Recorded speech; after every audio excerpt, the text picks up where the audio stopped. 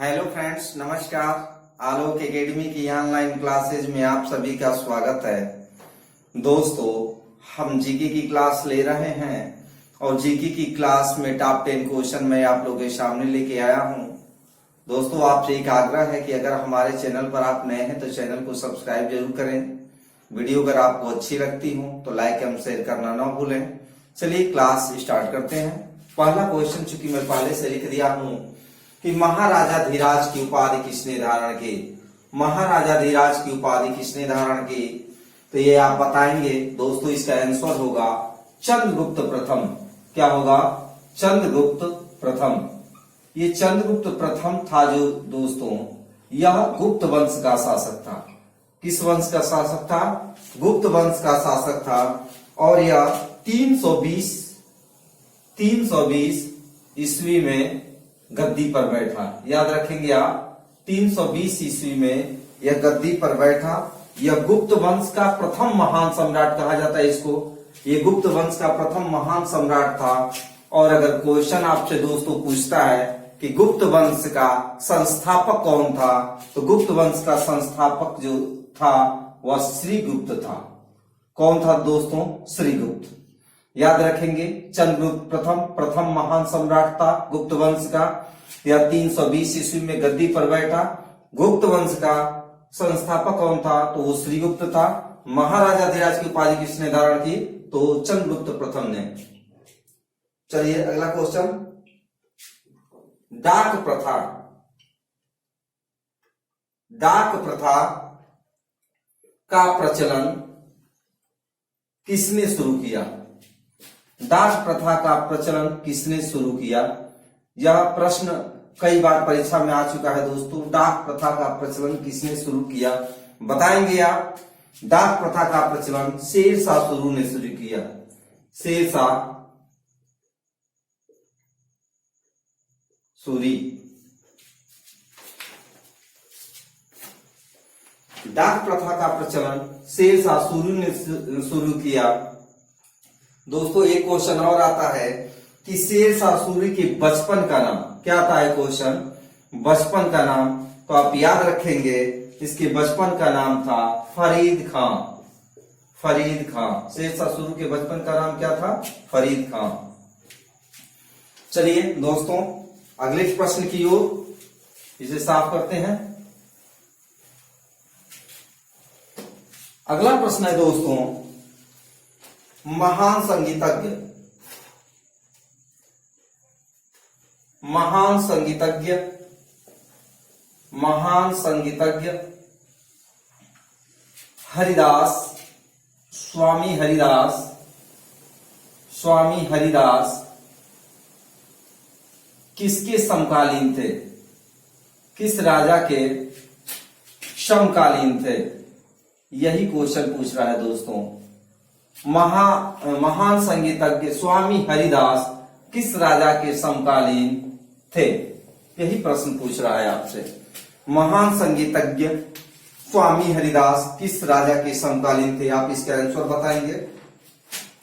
दोस्तों, यह अकबर के समकालीन थे। कहा जाता है दोस्तों, ऐसा प्रचलित है कि अकबर स्वामी हरिदास का जो संगीत सुनने के लिए इनको बुलाया तो इन्होंने राजभवन जाने से इनकार कर दिया। तो खुद अकबर ने इनके आश्रम में जाकर इनका संगीत सुना। ये प्रचलित है, आप इसे जानेंगे। चलिए अगले प्रश्न की ओर दोस्तों। सिखों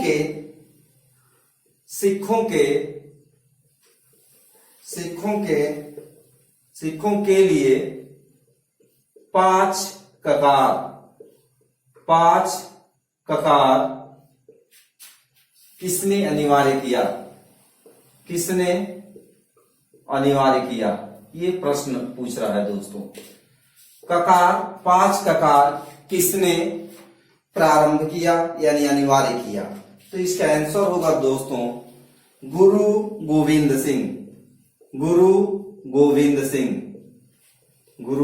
सिंह। ये आप याद रखेंगे। 5 ककार जब भी पूछे 5 ककार किसने अनिवार्य किया तो गुरु गोविंद सिंह। ये 5 ककार कौन कौन है दोस्तों, इसको आप जानेंगे। ये 5 ककार है केस, केस, कंधा, कृपाण, कच्छा और कड़ा, और कड़ा। ये 5 इनके ककार हैं दोस्तों। गुरु गोविंद सिंह ने एक काम और किया कि इन्होंने अपने नाम के आगे, याद रखेंगे, इन्होंने अपने नाम के आगे सिंह जोड़ना सबको प्रेरित किया कि सभी लोग अपने नाम के आगे सिंह जोड़े। इस प्रकार से आप इन क्वेश्चन को देखें। चलिए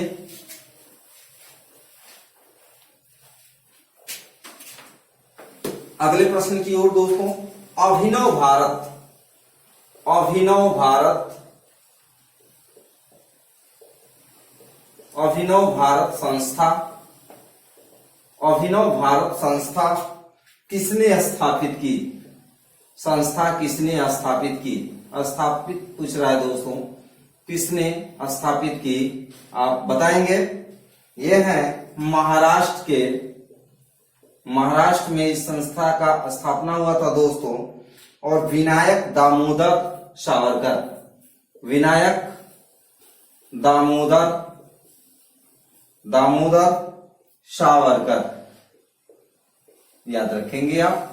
इसकी स्थापना दोस्तों 1904 ईस्वी में, ये याद रखेंगे। चलिए देखिए, अभिनव भारत संस्था की स्थापना किसने की थी?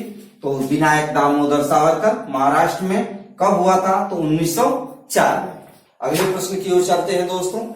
अगला प्रश्न कह रहा है, एक कोटेशन है कि मैं ही राज्य हूं, मैं ही राज्य हूं, मैं ही राज्य हूं और मेरे शब्द ही कानून, और मेरे शब्द ही कानून है। यह कथन किसका है? यही पूछ रहा है दोस्तों। यह कथन किसका है? तो आंसर हो जाएगा लुई 14वां।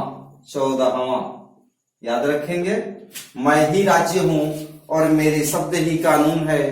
किसने कहा था? लुई 14वां। अगले प्रश्न की ओर दोस्तों।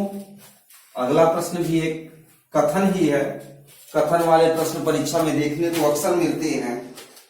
अगला कथन है, दुनिया के मजदूरों, दुनिया के मजदूरों, दुनिया के मजदूरों एक हो, दुनिया के मजदूरों एक हो का नारा किसने दिया? नारा किसने दिया? याद रखेंगे, दुनिया के मजदूरों एक हो का नारा किसने दिया? ये महान दार्शनिक कार्ल मार्क्स।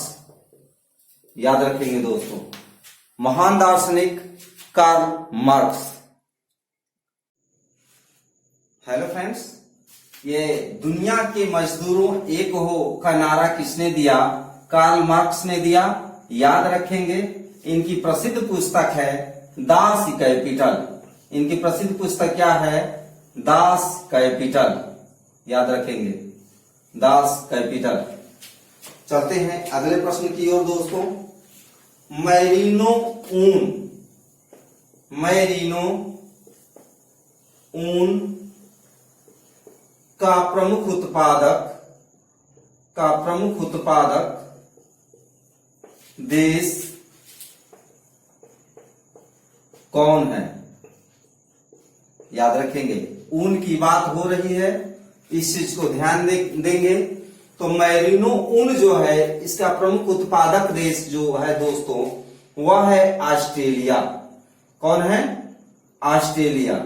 याद रखेंगे, ऑस्ट्रेलिया या सबसे छोटा महाद्वीप होता है दोस्तों, यह सबसे छोटा महाद्वीप है, ये आप याद रखेंगे। और विश्व का सबसे सर्वाधिक ऊन निर्यातक देश ऑस्ट्रेलिया ही है। दूसरे नंबर पर दक्षिणी अफ्रीका आता है ऊन निर्यातक में। पहले नंबर पर देश ऑस्ट्रेलिया, और दूसरे नंबर पर है जो, यानी ये फर्स्ट है, और सेकेंड नंबर पर ये है हमारा दक्षिणी अफ्रीका। याद रखेंगे आप, दक्षिणी अफ्रीका। चलते हैं प्रश्न अगले की ओर। अगला प्रश्न कर रहा है दोस्तों, ओजोन परत की मोटाई, ओजोन परत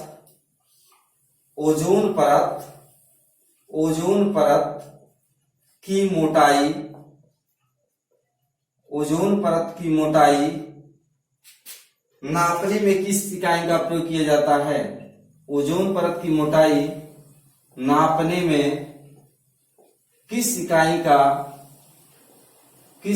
का प्रयोग किया जाता है? इकाई का प्रयोग किया जाता है, यही प्रश्न पूछ रहा है दोस्तों।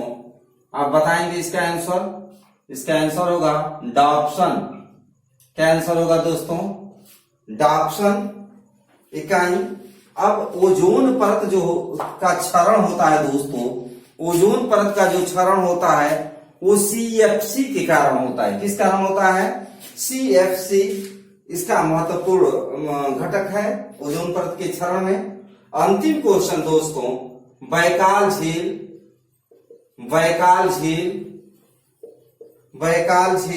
का विस्तार किस देश में है? बैकाल झील का विस्तार किस देश में है? यह प्रश्न पूछ रहा है आपसे, याद रखेंगे। यह इसका आंसर होगा रूस, और यह रूस में 31,722 वर्ग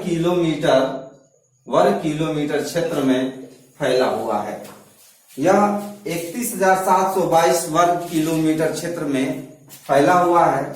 इस प्रकार से दोस्तों टॉप 10 क्वेश्चन पूरे होते हैं। आज की क्लास आपको कैसी लगी आप बताएंगे। लेते हैं विदा, धन्यवाद।